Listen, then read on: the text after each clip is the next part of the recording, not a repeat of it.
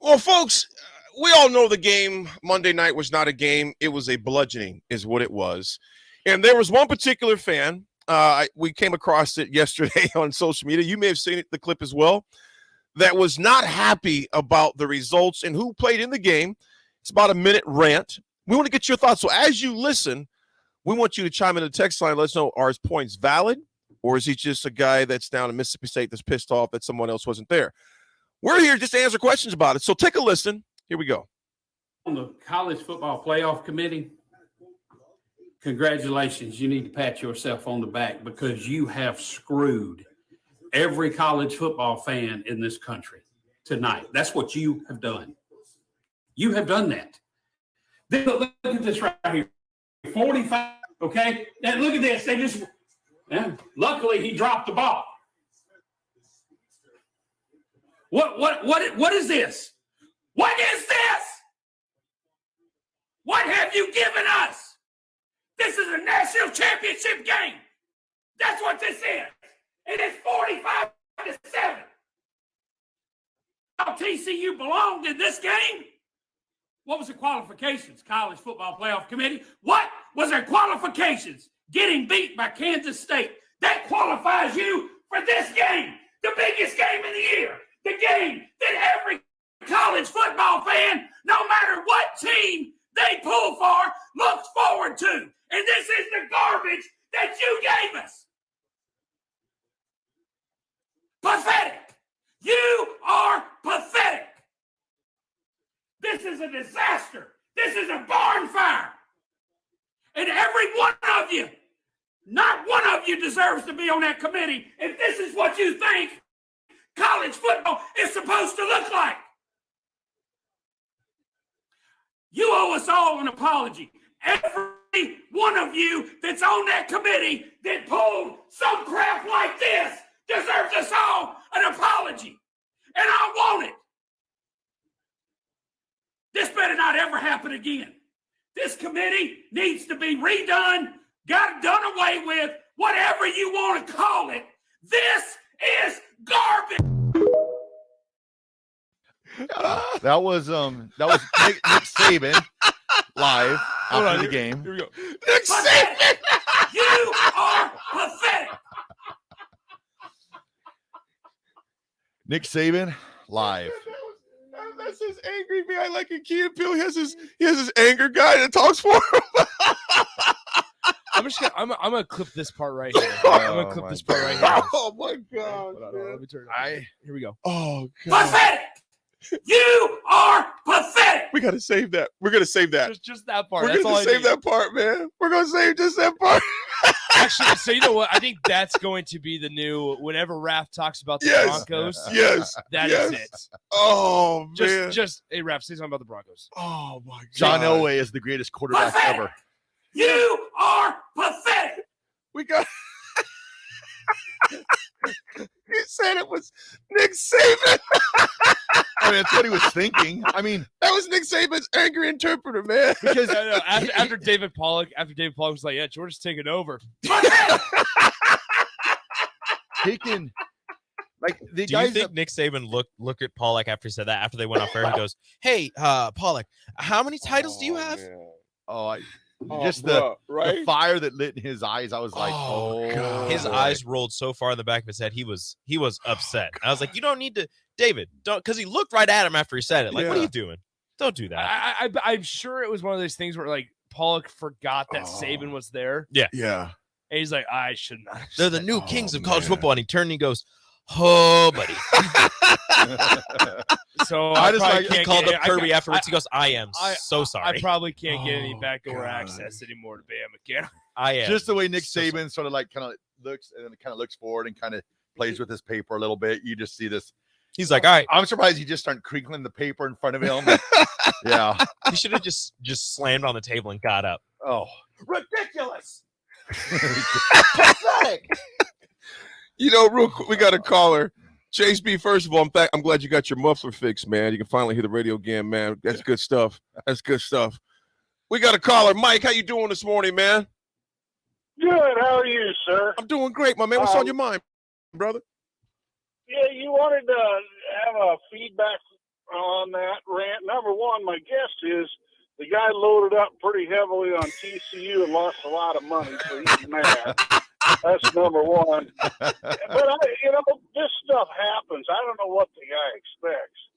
But I can remember 20 years, every Super Bowl was bad. And, so what are you going to do? Say theoretically, for argument's sake, Alabama loses 3 games. But, boy, by the end of the year, they're playing great. And they're one of the top 4 teams. But do you reward them? I mean, does a regular season mean nothing at that point? Is it just all the eyeball test? I don't know what you're going to do. You're just going to have that once in a while. And if they go to the 12-team playoff, you think you see blowouts now. Imagine Alabama or imagine Georgia playing the number 12 team in the country. I guess they'd have 4 teams play a first round and they get a bye. But imagine Georgia playing the number 8 team in the country. I don't know what the answer is, but that's life. In every sport, you're going to have some blowouts. You do your best you can. Do you want the regular season to mean anything? I guess that's my opinion. Thanks a lot, guys. Mike, always appreciate you calling in, you. Mike. Appreciate you, man. Great points. But see, with that, though, I get where he's saying with the 12, but I'm also sitting there also at the beginning of this year's playoff going, my eye test, Alabama should be in the playoff. From my eye test. Also, I said this. I did not think I thought TCU should have been 4th if they were in. I understand you don't want to have a rematch of the game. You want to potentially have the rematch of the game because you're just coming off a loss to Kansas State. I get that. Have been... But that game against Kansas State wasn't too pretty. Yeah, true. And I'm not saying that TCU once again didn't deserve to be in, but I thought that if they were, they should have been 4th. Because you lost your conference championship and did not drop a spot. Yeah, true. I agree. To a team that was in the mid-20s, ranked in the mid-20s. Yep. So it's not like it was a 1 versus 3 where it was like, all right, listen, the three seed lost to the 3rd best team in the country lost to the number 1 team in the country in the SEC championship game or the Big Ten championship game by 3 points on a last-second field goal. So they're pretty evenly matched. It wasn't that. Yep. It was, Kansas State won in overtime, and they ended up getting the job done. Now, there was an interesting thought sent in during the show on Tuesday, that we never really talked about. Somebody texted in and said, that's why the BCS model worked out better, although it didn't make enough money, is because you had the statistical 2 best teams in the country. Yeah. And if that's the case, it would have been Michigan and Georgia. And I guess, that is what it is. But it's got a point. There's a point there. It doesn't make enough money. Let me ask you this. So guys, I'll ask you both this and we'll go to some more texts. Some funny ones. I think we got a call on the line too. Got a call too. Yep, let's go. Bruce Morgan. Bruce Morgan. Good morning, brother. Hey guys, I've seen teams in the past that we could all sit here and say, hey, they should have been in undefeated. They were a smaller school. They get left out. Until they fix it, and maybe with this 12 team in 2024, maybe it does. But you guys know, I know, Raph just said it a minute ago. What if Georgia's going to play the number 8 team? What if they just blow them out? That's just the way it is. We can't sit here and complain. Me personally, I'm glad Nick Saban, finally spoke out, because to me, I don't think his team deserved to be in the championship game, but Michigan and Michigan and Ohio State, yeah, I wish they would have won, but it didn't happen. So we got what we got, right? It's what it is. Exactly. And hey, Nick, I wanted to ask you. Last night you were at the game. You were calling, and I was listening. Yeah. Who's an option? I get it. This team's built for defense. Is there a third option that a scorer?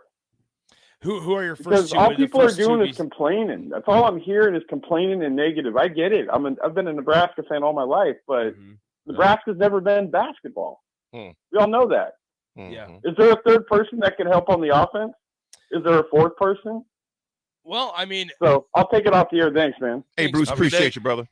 I would say this. So, guessing that the first two options would be Sam Griesel and Derek Walker, you would hope that your third option would be Emmanuel Bandamel, or you hope that your third option would be CJ Wilcher, but haven't shown up offensively. I mean that they haven't. Emmanuel Bandamel scored 17 against Minnesota, or no, excuse me, Sam Griesel scored 17 against Minnesota. Juwan Gary dropped 18 against Minnesota. But it's the lack of consistency, I suppose. That's the key. And I said something earlier about doing the same thing over and over when it's not working. Yep. That goes for shot fakes when you get an offensive rebound instead of going straight up with it. That includes when you get an offensive rebound. If the shot isn't there, if you're undersized in the paint, and the defense is not fouling, and or the officials aren't calling fouls, pass out of it. Pass out of it. Look to pass. Look to distribute. A lot of what the problem was last night, there was a lot of indecisiveness. Yeah, there was a lot of indecisiveness, whether it was through passing, whether it was through ball handling, what to do with the basketball, just a lot of indecisiveness. It just didn't look like they were very confident last night, which I think a part of it is you didn't have Derek Walker on the floor very often. He played only 17 minutes last night. Yeah, he was in. He only played 5.5 minutes in the first half. Yeah, it's I don't think it's he tough to scored win. till mid-second half. Or, it's tough to win. Finished with 5 points. Yeah, we had exactly. him. We had him pegged as our high scorer. Yeah. Well, everybody thought so, and it was a frustrating night. Yeah. BJ Arroyo says Gary is more than Bandamel, but Gary gets hurt. And I would say Bandamel's more of the scorer, or excuse me, Gary's more of a slasher, so his game is limited. Bandamel can at least hit some jump shots and some threes a little more consistently, I suppose, or is supposed to be a little more consistent. I don't know, though. I don't know. When you took Derek Walker out of the game, it felt like Illinois was only respecting Sam Griesel. So when they only have to worry about one shooter or one guy that's handling the ball consistently, it really limits your offense.